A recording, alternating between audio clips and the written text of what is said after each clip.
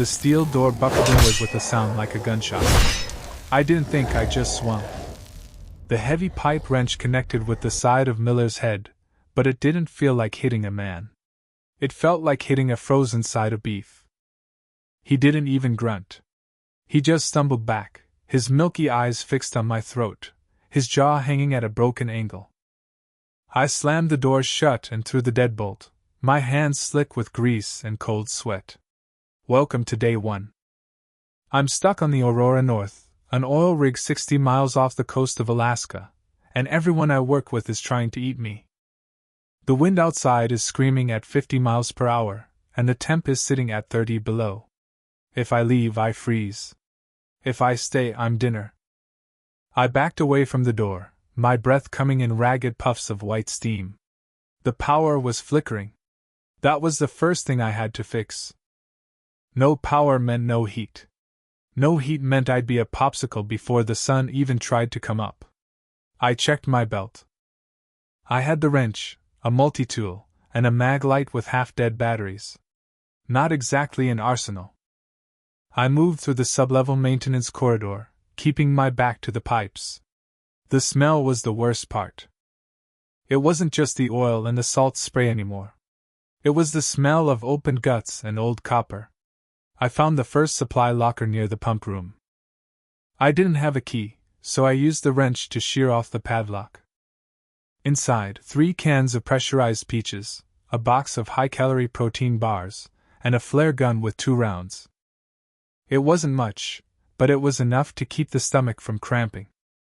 I ate one of the bars in 3 bites, my eyes darting toward the shadows every time a pipe groaned. Survival isn't about being a hero. It's about being the meanest guy in the room. By day 5, the scratching started.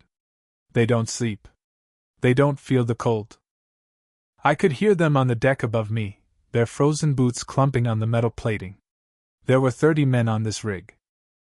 Now, I'm the only heart still beating. I spent the morning barricading the vent shafts.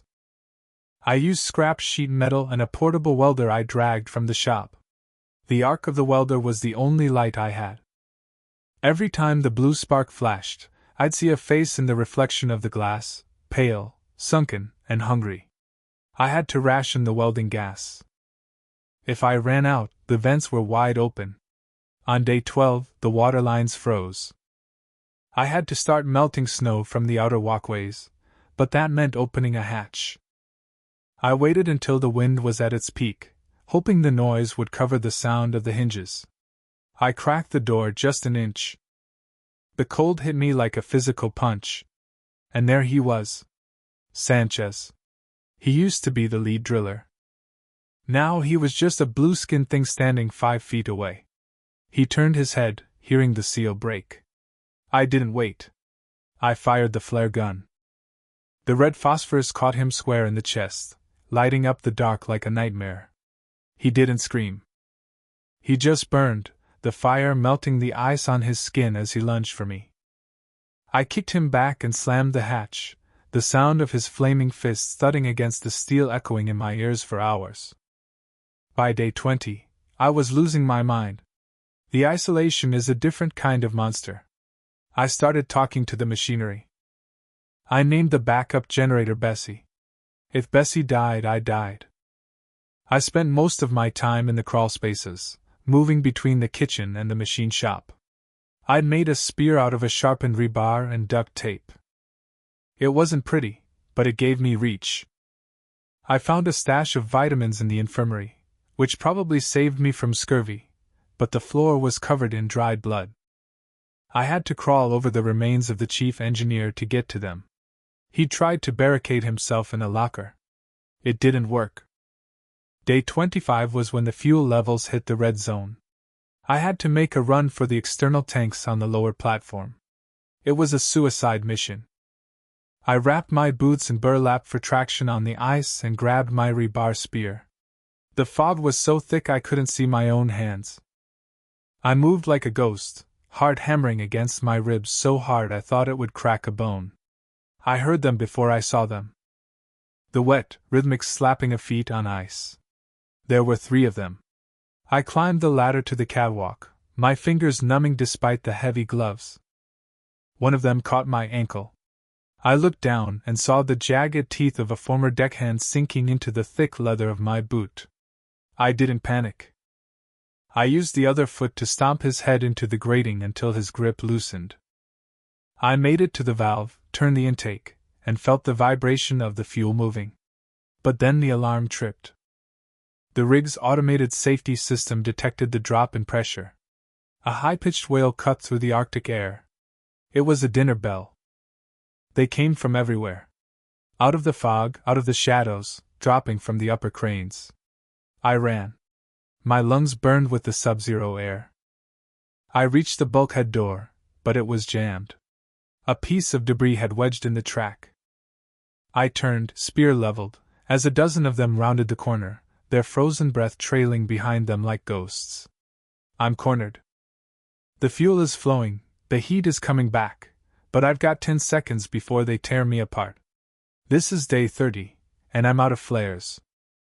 The first one reached me, a guy who used to be a roughneck named Miller. I recognized the oil-stained patch on his parka. He didn't growl, his vocal cords were probably frozen solid, but the air hissed out of his throat in a wet, rhythmic whistle. I shoved the spear tip right under his chin, putting my whole weight behind it. I felt the resistance of the jawbone before the sharpened rebar punched through into the brain pan. The weight of him almost pulled the spear out of my hands as he went limp. I didn't have time to admire the work. I kicked him back into the two behind him, a tangle of frozen limbs and heavy work coats. I dropped the spear, grabbed the handle of the bulkhead door, and yanked with everything I had left in my shoulders. It wouldn't budge. I looked down and saw the culprit. A rusted-out 14-inch crescent wrench had been kicked or dropped right into the floor track, wedged tight by the ice and the force of the door trying to close. My fingers were stiff, fumbling for the small pry bar I kept looped into my utility belt. I didn't have time to be delicate. I hammered at the wrench with the heel of my palm, ignoring the shock of pain that shot up my arm. The alarm was still screaming, a raw, mechanical shriek that made my ears bleed. The next two biters were on me. One was a small woman, a technician I think, her face a mask of frostbitten black skin and exposed teeth. She lunged. I didn't have my spear. I used the pry bar like a hammer, swinging sideways. It caught her in the temple with a sickening crack, the kind of sound a dry log makes when it splits. She spun away, but the other one, a massive guy in a welding apron, caught my shoulder. His teeth scraped against the heavy nylon of my parka. I felt the pressure, the sheer crushing force of his jaw. If I hadn't been wearing 3 layers of wool and the heavy-duty outer shell, my collarbone would have been powder. I drove the pry bar into his gut just to get some space, then jammed it under the wedged wrench in the door track. I shifted my weight, gritted my teeth until they felt like they'd shatter, and heaved. The wrench popped out with a screech of tortured metal. I slid the door open just enough to squeeze through, the welding apron thing clawing at my backpack. I heard the fabric tear, felt the weight of him pulling me back. But I kicked off the door frame and tumbled into the darkness of the interior corridor. I slammed the door shut and threw the manual dog latches. 1, 2, 3, 4. The metal thudded as they threw themselves against the other side. The sound was dull, heavy. They weren't going through that steel today. I slumped against the wall, my breath coming in ragged, shallow gasps that tasted like copper and diesel. The hallway was pitch black, lit only by the strobing red emergency lights that had kicked on when the alarm tripped. My head was spinning. The heat. I could hear it. Somewhere deep in the guts of this floating tomb, the boilers were cycling. The vibrations traveled through the floor plates into my boots. It was a victory, but a small one. Heat meant the ice would start to melt. It meant the rig would become a swamp of slush, oil, and the thawed-out remains of the 60 men and women who didn't make it to the lifeboats. It also meant the biters would move faster. No more stiff, frozen joints. No more brittle bones. They were going to get limber. I checked my gear by the dim red flash. My spear was gone, left in Miller's head on the other side of the door. My backpack was shredded, one strap hanging by a few threads. I reached inside and felt my supplies. The 2 cans of peaches were still there. The roll of duct tape. The box of 12-gauge shells, worthless without the Remington I'd lost under the moon pool 3 days ago. My hand brushed against something cold and heavy. The bolt cutters. I still had those. And my pry bar. I wasn't defenseless, but I was close to it.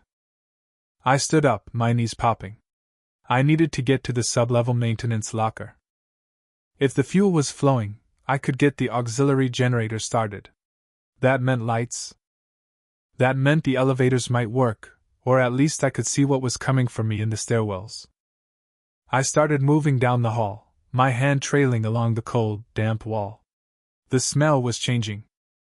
Before, the cold had kept the rot at bay, keeping everything smelling of salt and grease. Now, as the temperature rose into the 30s, the stench of 30-day-old meat started to bloom. It was thick, sticking to the back of my throat. I pulled my neck gaiter up over my nose, but it did nothing. I reached the stairwell door and listened. Silence, except for the distant hum of the machinery, and the rhythmic thumping of the biters still hitting the bulkhead door behind me. I pushed the stairwell door open an inch. Nothing. I slipped through and started the long climb down. The maintenance level was flooded with 6 inches of oily water. It swirled around my boots, black and opaque. I hated not being able to see my feet. Every step was a gamble. I walked with the pry bar held low, ready to strike. I reached the locker and used the bolt cutters to snip the padlock. The sound of the snip felt like a gunshot in the cramped space. I froze, waiting. Nothing moved. I pulled the locker open and fumbled for a flashlight. I found a heavy mag light, the long kind that takes 4 D-cell batteries. I clicked it on. The beam was weak, yellowish, but it was a godsend. I scanned the room. Shelves of gaskets, cans of hydraulic fluid, a rack of rusted hand tools. And there, in the corner, was a crate I hadn't seen during my first scout of this area. I waded over to it, the water splashing against my shins. I pried the lid off. It wasn't food. It wasn't ammo. It was a flare gun, a bright orange Orion plastic piece of junk, and a box of 4 flares. I almost cried. It wasn't much, but it was a way to start a fire, a way to see, a way to kill something if I got desperate enough. I loaded a flare into the chamber, the click of the hinge sounding like a promise. I tucked the gun into my waistband and the spare flares into my pocket. I was turning to leave when I saw the ripple in the water. It wasn't coming from me. Something was in the water at the far end of the room, near the generator intake. I shined the light. At first, I saw nothing but the reflection of the red emergency strobes. Then, a head broke the surface. It was the chief engineer. I remembered him as a big man, jovial. Now, his hair was sloughed off, his skin a pale, bloated gray. He was swimming, or rather, he was paddling, his movements erratic and jerky. He'd been trapped in the flooded sublevel, and the rising heat had woken him up. He wasn't the only one. 2 more heads bobbed up near the pipes. They were like crocodiles, eyes fixed on the light. I didn't want to waste a flare. I backed toward the door, my boots splashing loudly. The chief was faster than I expected. He lunged through the water, his hands catching my ankle. I went down hard, the mag light flying out of my hand and splashing into the dark water. Its beam cutting a frantic arc through the air before settling on the ceiling. The water was freezing, despite the heat coming back. It filled my ears, my mouth. I tasted salt and oil and something much worse. The chief was on top of me, his weight pinning me into the shallow water. I couldn't get a good swing with the pry bar. His fingers, slick with grease, fumbled for my throat. I grabbed his wrists, feeling the skin slide and tear under my grip like wet paper. He was incredibly strong. The dead don't have muscle inhibitors. They use every ounce of fiber until the bone snaps. I jammed my thumb into his empty eye socket and pushed, trying to find a leverage point. He didn't flinch. His teeth snapped inches from my nose, a rhythmic, mechanical clicking. I managed to get my knee up between us, creating a pocket of space. I reached for the flare gun at my waist, but the holster, the waistband of my pants, was submerged and tangled. I felt another hand grab my shoulder. One of the other two had reached us. I was being pulled deeper into the maintenance room, away from the door. I let go of the chief's wrist with one hand and frantically clawed at the water, searching for the mag light. My fingers brushed the cold metal. I grabbed it and swung upward, blinded by the light reflecting off the water. I felt it connect with something, teeth maybe. The grip on my shoulder loosened. I didn't wait. I rolled to the side, the chief sliding off me into the black water. I scrambled to my feet, my clothes heavy and dripping. The light showed all three of them now, circling in the waist-deep water. They didn't move like the ones on the upper decks. They were low, hunched, their movements muffled by the fluid. I backed toward the generator control panel. If I could get the power on, the intake pumps would kick in. It might drain the room, or at least create enough of a current to sweep them away from the exit. I reached the panel, my wet gloves fumbling with the switches. I flipped the main breaker. Nothing. I tried again. A spark jumped from the casing, stinging my hand. The engine groaned, a deep, guttural sound that vibrated the very air. Smoke started to curl out of the vents. "Come on, you piece of junk," I whispered. The engine sputtered, then caught. The roar was deafening in the small room. The lights flickered, then stayed on, harsh, buzzing fluorescence that stripped away the shadows. The chief was 10 feet away, his body half submerged. With the lights on, I could see the damage. His chest had been ripped open, his ribs sticking out like the white hull of a wrecked boat. He lunged again, the water spraying behind him. I didn't use the flare gun. I grabbed the heavy lead pipe that had been leaning against the generator frame.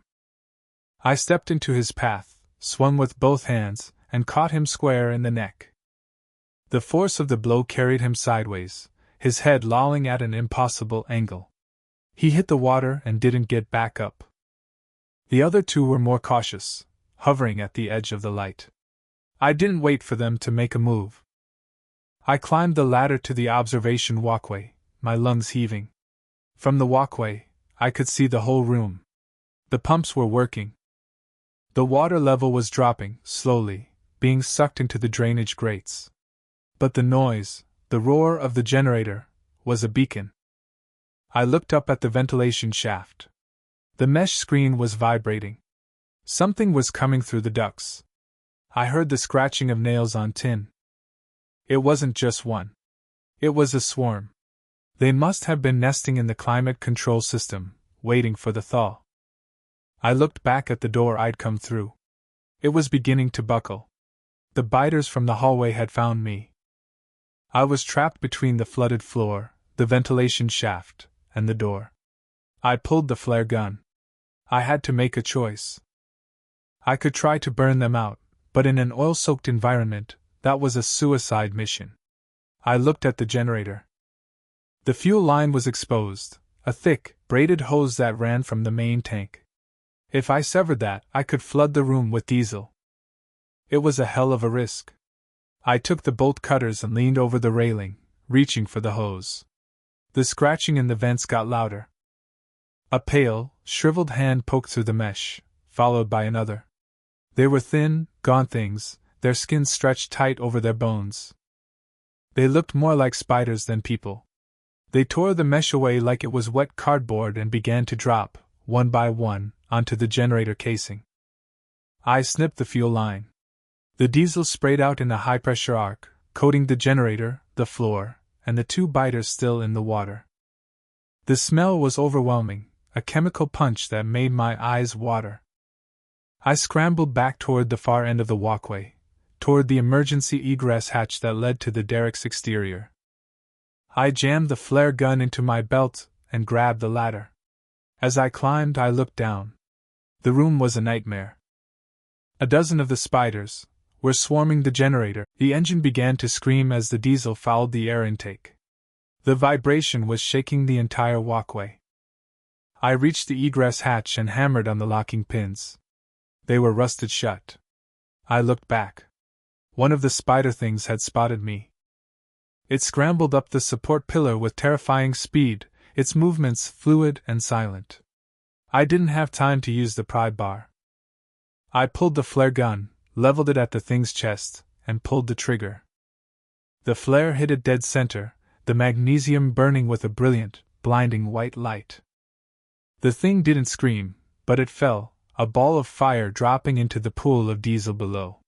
Time slowed down. I saw the spark hit the surface of the oil. A low, muffled thump echoed through the room as the vapors ignited. A wall of orange flame erupted, surging toward the ceiling.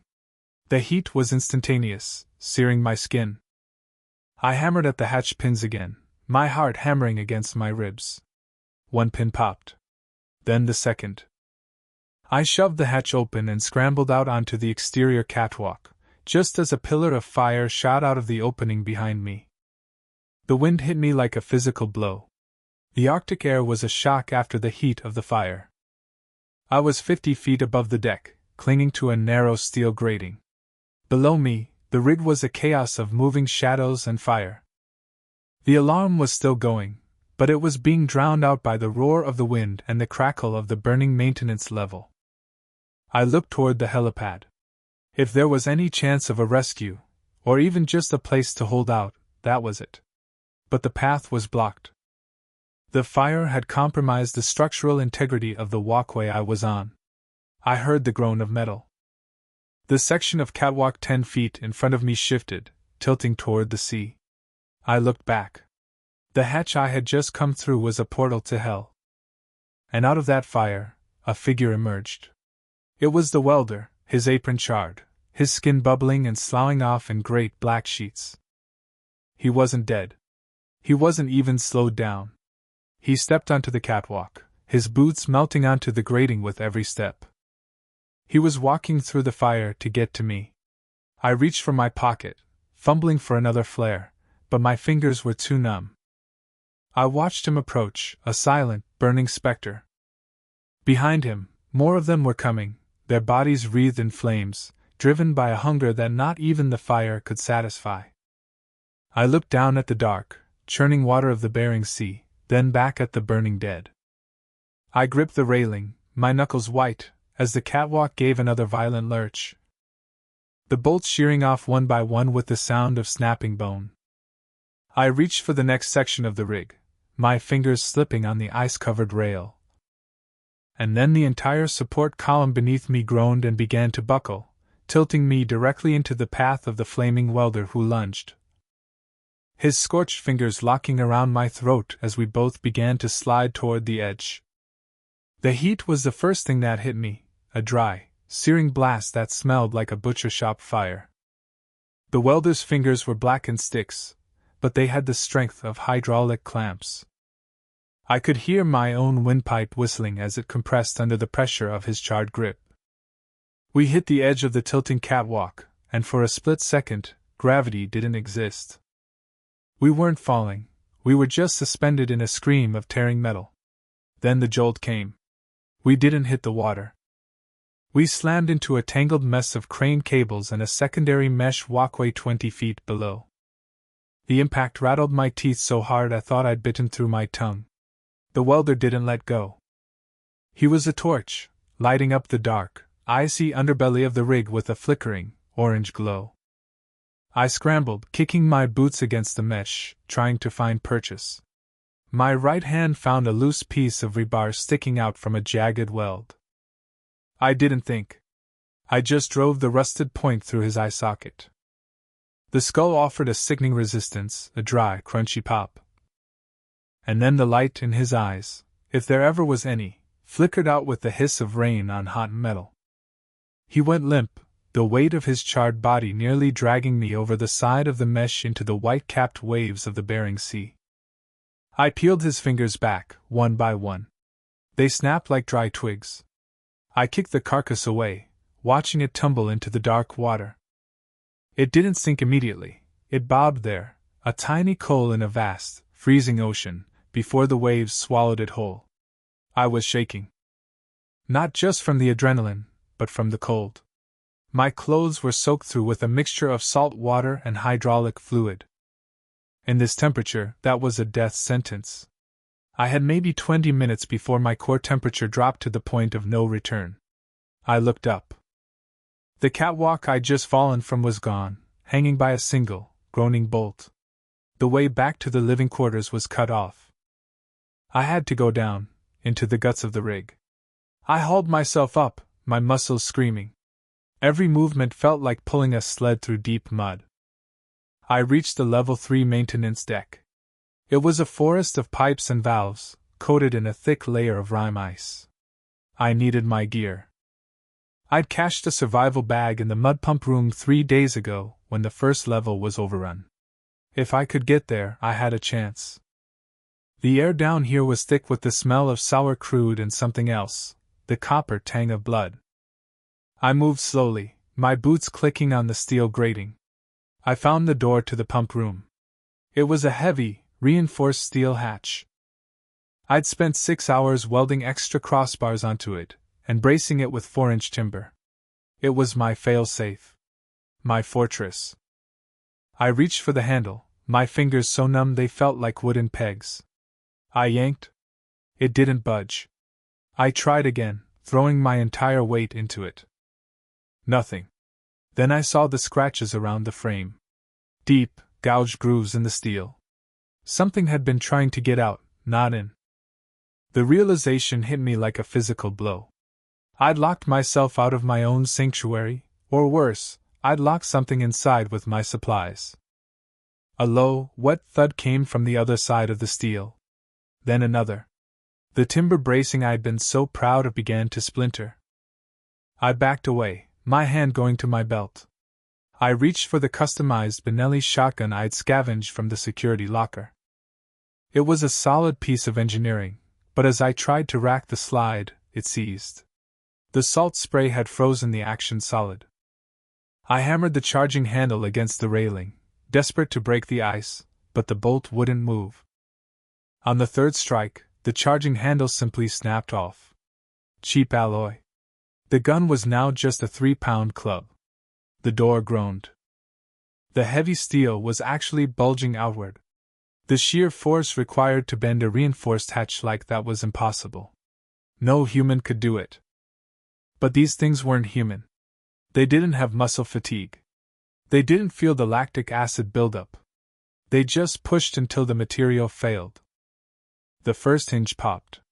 It sounded like a gunshot. The top of the door tilted forward, and a gout of steam hissed out of the pressurized room. Through the gap I saw them. It wasn't just one. It was a mass of them, packed into the small room like sardines. They had been drawn to the warmth of the pumps, and now they were a pressurized wall of meat. The second hinge gave way. I didn't wait for the third. I turned and ran. I headed for the derrick floor, the central hub of the rig. It was open to the elements, but it was the only way to reach the upper helipad. My breath was coming in ragged, shallow gasps. The cold was moving from my skin into my bones. My vision was starting to tunnel.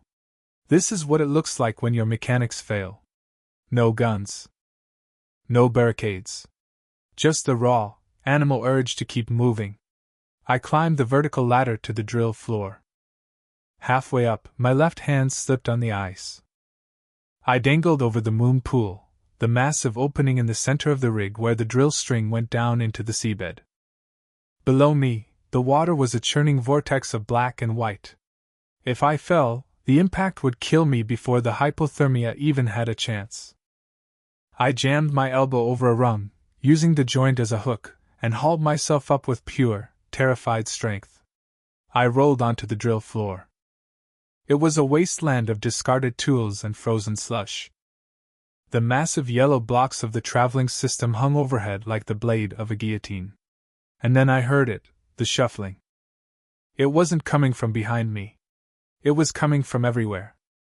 They were emerging from the shadows of the drawworks, crawling out from under the rotary table. Some were missing limbs, their stumps frozen into jagged points. Others were still wearing their high-vis jackets, the bright orange fabric shredded and stained with dark, frozen gore. There were dozens of them. Maybe 50. I was trapped on a circular platform with nowhere to go but up the derrick itself. I grabbed a 4-foot pipe wrench from the deck. It was heavy, maybe 20 pounds of solid steel. It was the only weapon I had left. The first one reached me, a former floorhand I recognized as Miller. His jaw was hanging by a single tendon, and his eyes were milky white orbs of ice. I didn't hesitate.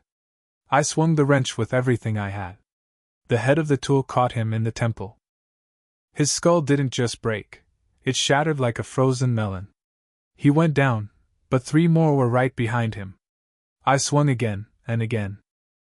The vibration of each hit traveled up my arm, a jarring shock that made my elbow throb. My muscles were burning, a hot, agonizing fire that was the only thing keeping me warm.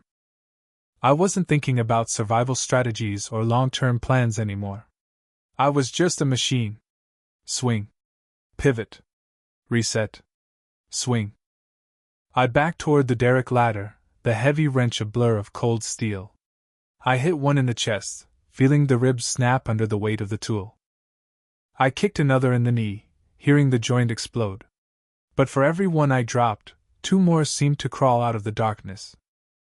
They weren't making noise. No growls, no screams. Just the wet slap of their feet on the steel and the clicking of their teeth. I reached the ladder and began to climb. The derrick rose 200 feet into the Alaskan night, a skeleton of steel braced against the gale. I climbed past the first landing, then the second. My hands were bleeding now, the skin tearing away where it had frozen to the metal rungs. I couldn't feel the pain. I couldn't feel anything except the desperate need for height. I reached the monkey board, the small platform where the derrick man stands to handle the drill pipe. It was a narrow strip of grating exposed to the full force of the wind. The gusts were hitting 60, maybe 70 miles an hour. It felt like the entire rig was swaying. I looked down. The drill floor was a carpet of moving shadows. They were starting to climb. They were swarming the ladder, their bodies overlapping as they fought to get to the only living thing left on the rig. They were efficient. They didn't fall. They just gripped and pulled, a slow, relentless tide of gray flesh. I looked at the wrench in my hand. The steel was slick with black blood. My arms were shaking so violently I almost dropped it. I looked up. The top of the derrick was another 80 feet up. There was no escape there, just a dead end. To my right, the massive crane arm swung wildly in the wind, its heavy hooks slamming against the derrick structure with a sound like a tolling bell. The first of them reached the monkey board. It was a small woman, probably one of the kitchen staff. Her fingers were raw bone, the flesh worn away from climbing. She lunged. I caught her in the throat with the end of the wrench, shoving her backward. She fell, hitting the others on the ladder and taking 3 of them down with her. But it was a drop in the ocean. The platform groaned. The bolts that held the monkey board to the derrick were shearing. The rig was old, and the combination of the storm, the shifting weight of the horde, and the structural damage from the fires was finally reaching the breaking point. The grating under my feet tilted. I looked at the crane arm again. It was swinging past, maybe 10 feet away. It was a suicidal jump in this wind. If I missed, I'd fall 300 feet into the sea. If I stayed, I'd be torn apart in seconds. The entire derrick gave a sickening lurch. A massive support beam below me snapped with a sound like a redwood tree splintering. The monkey board dropped 6 inches, hanging by a single corner. The dead were inches away now, their frostbitten fingers reaching through the gaps in the grating, grabbing at my boots. I dropped the wrench. It was useless now. I gripped the vibrating steel of the derrick, my knuckles white, my heart hammering against my ribs like a trapped bird. The crane hook swung back toward me, a 5-ton pendulum of solid iron.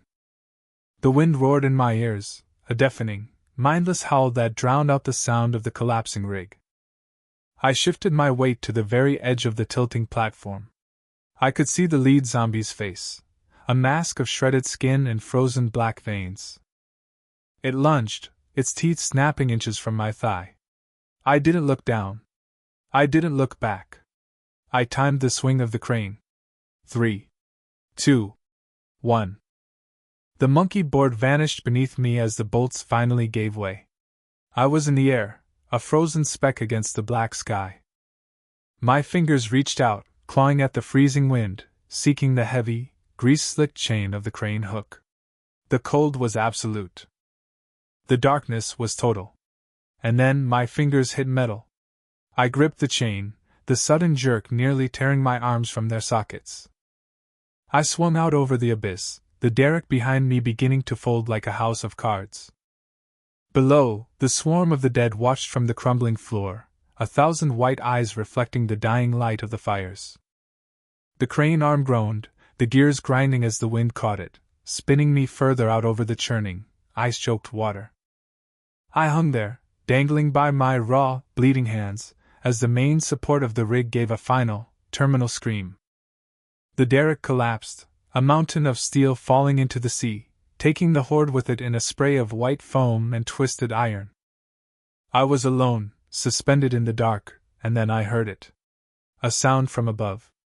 I looked up the length of the crane arm, toward the operator's cab. The door was hanging open, swinging rhythmically in the wind. And there, silhouetted against the dim emergency lights, was something large, something that shouldn't have been able to climb that high. It wasn't just sitting there. It was unspooling the cable. The hook dropped. I fell 20 feet in a split second before the brake caught with a bone-jarring snap. Then it happened again. 10 more feet.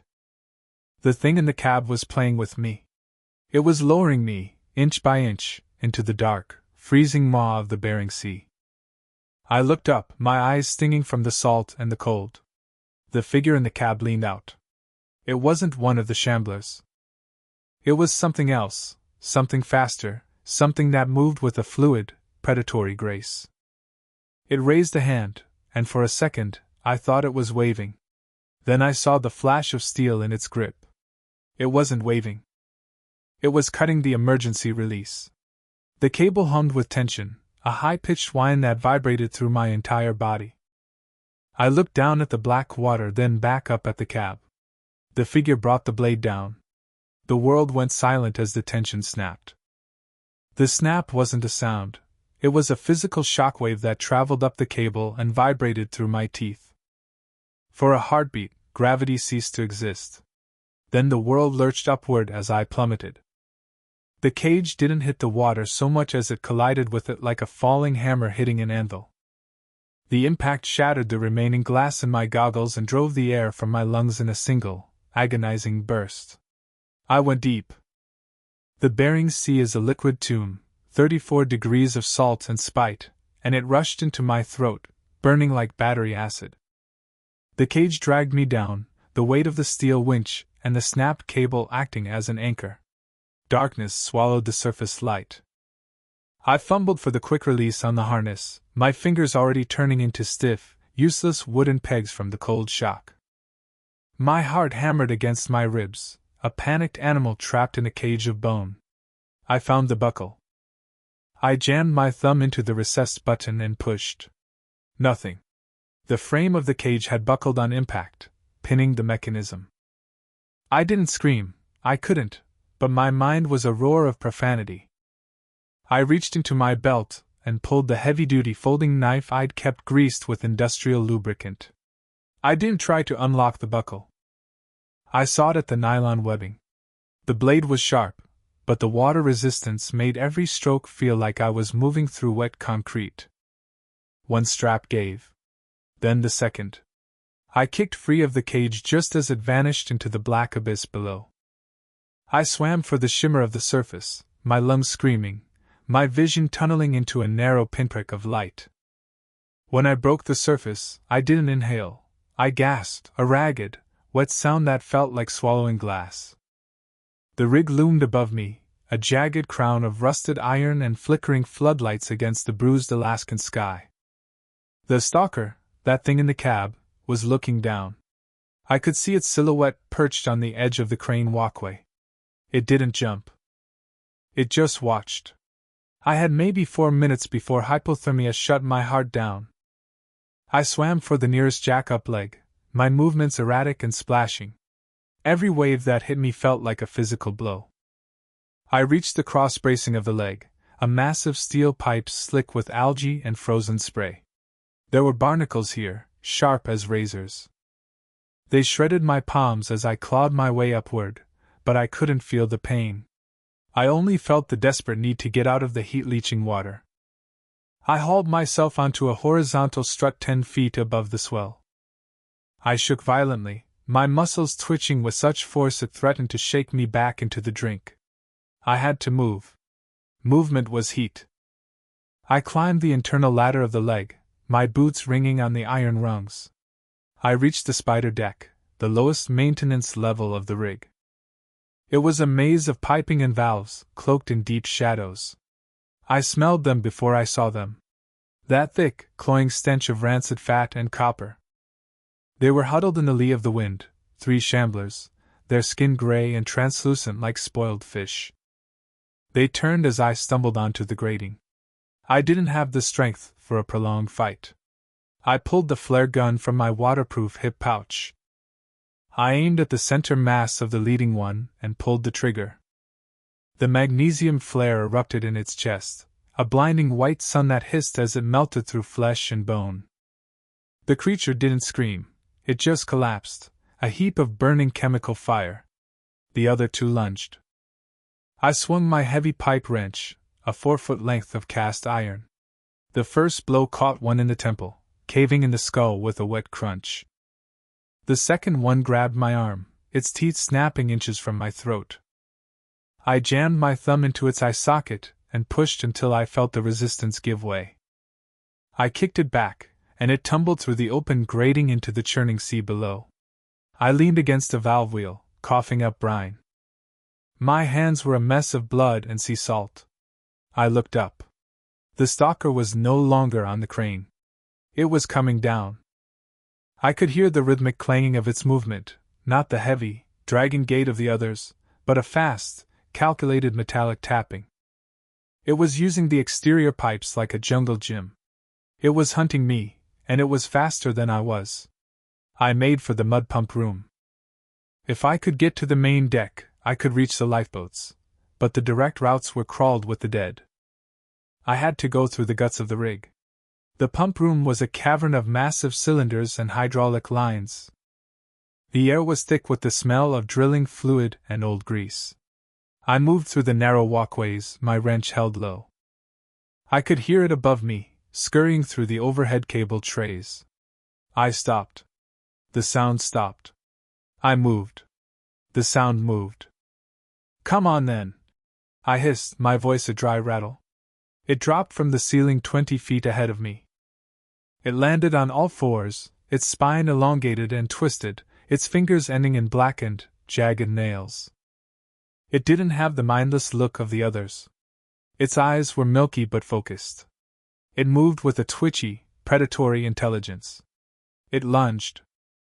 I didn't swing the wrench. I dove to the side, rolling over a high-pressure hose. The thing hit the deck where I'd been and spun around with terrifying speed. It was on me before I could stand. Its claws tore through my heavy parka, ripping into the meat of my shoulder. I roared in pain and slammed the wrench into its ribs. It felt like hitting a tree trunk. It didn't even flinch. It pinned me against a vibrating pump housing. Its breath smelled like a mass grave. I jammed the wrench handle into its mouth, gagging it as its teeth tried to find my face. We wrestled in the dark, a frantic, ugly struggle of bone against steel. I could feel my strength fading. The cold was winning. My movements were getting slower, my grip loosening. I looked over the thing's shoulder and saw the manual override for the mud pump pressure valve. I waited for the thing to shift its weight, then I surged upward, slamming my forehead into its nose. It hissed, its head snapping back for a fraction of a second. I reached out and yanked the override lever down. A wall of pressurized drilling mud, a thick, heavy slurry of chemicals and minerals, exploded from the blowout line at 4,000 psi. It hit the stalker full in the back. The force was enough to strip the clothes off its body and slam it into the heavy steel casing of the pump. The creature was pinned by the sheer weight of the flow, its limbs flailing as the thick gray mud filled its lungs and eyes. I didn't wait to see if it died. I scrambled away, clutching my bleeding shoulder, and climbed the ladder toward the main deck. I burst out onto the drill floor. The wind hit me like a physical wall, 60 miles per hour of freezing sleet. The rig was a wreck. Fires were burning in the living quarters, the orange glow reflecting off the ice-covered derrick. The sound was a roar of wind and the screeching of metal as the rig groaned under the strain of the storm. I could see the Temsk, the total enclosed motor-propelled survival craft, at the edge of the deck. It was my only way out. Between me and the boat were at least 30 of them. They were drawn to the heat of the fires, milling around the lifeboat station like a gathering of ghosts. I didn't have any more flares. I didn't have the strength to fight 30. I looked at the massive top drive hanging from the derrick. It was a multi-ton piece of machinery used to turn the drill string. It was held in place by heavy steel cables and a pneumatic brake. I ran for the control booth, my boots slipping on the ice-slicked steel. The dead saw me. They began to converge, a slow-moving wave of rot. I jumped into the booth and smashed the glass on the emergency release. I grabbed the joystick and swung the top drive out over the drill floor. The dead were closing in, their hands clawing at the booth's door.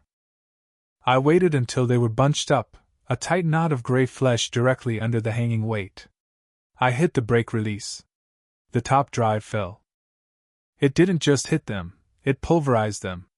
5 tons of steel slammed into the deck with a force that shook the entire rig.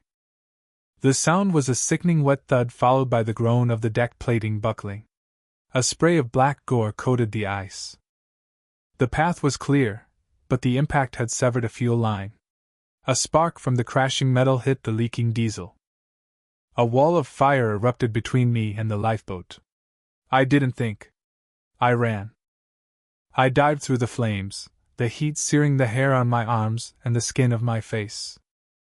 I landed on the other side, rolling in the slush to douse the fire on my jacket.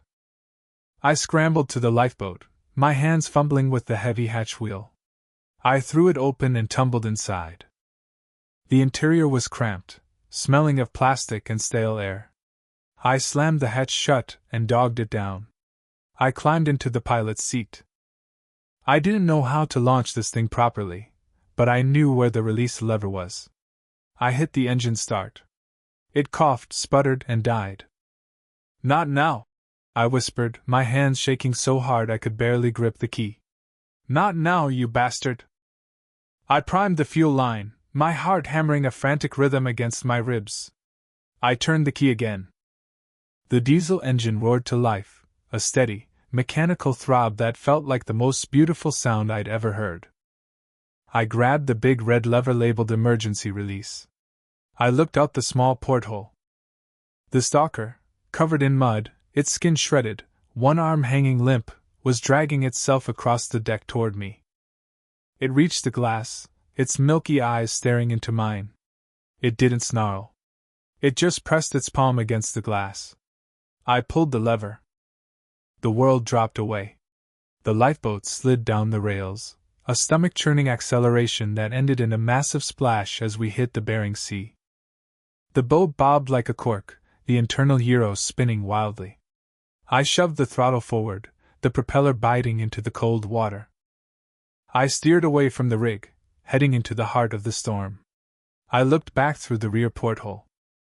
The rig was a silhouette of fire against the black horizon. Explosions were ripping through the lower levels now, the fuel tanks finally going up. It looked like a dying star. I watched until it was just a pinprick of orange light, then nothing but the endless, freezing dark of the ocean. I sat there in the dark, the engine's vibration the only thing keeping me upright. I stripped off my shredded parka. My shoulder was a mess of ragged furrows, the blood starting to clot in the cold air. I looked at my hands. 3 fingers on my left hand were white and hard, frostbite. They were dead. I wouldn't be keeping those. My chest ached with every breath, likely a couple of cracked ribs from the cage impact. My face was a map of burns and cuts. I reached into the emergency locker and pulled out a bottle of water and a full-wrapped ration bar. I couldn't open the bar with my frozen fingers. I had to use my teeth, tearing at the foil like an animal. The food tasted like cardboard and chemicals. I swallowed it anyway. I am 40 miles off the coast of Alaska. The radio is dead air and static. The heater in this boat is barely working, and the fuel gauge shows half a tank. I have no idea if there's anything left to go back to. I don't know if the plague hit the mainland as hard as it hit the rig. I don't know if I'm the last man on Earth or just the last man in this godforsaken corner of it. My left hand is useless.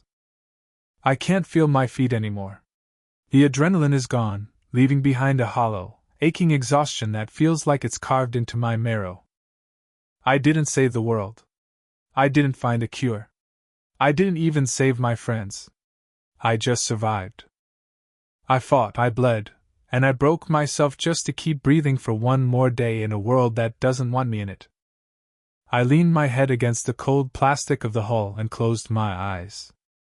The engine kept thrumming, a steady beat in the vast, indifferent silence of the sea. I'm still here.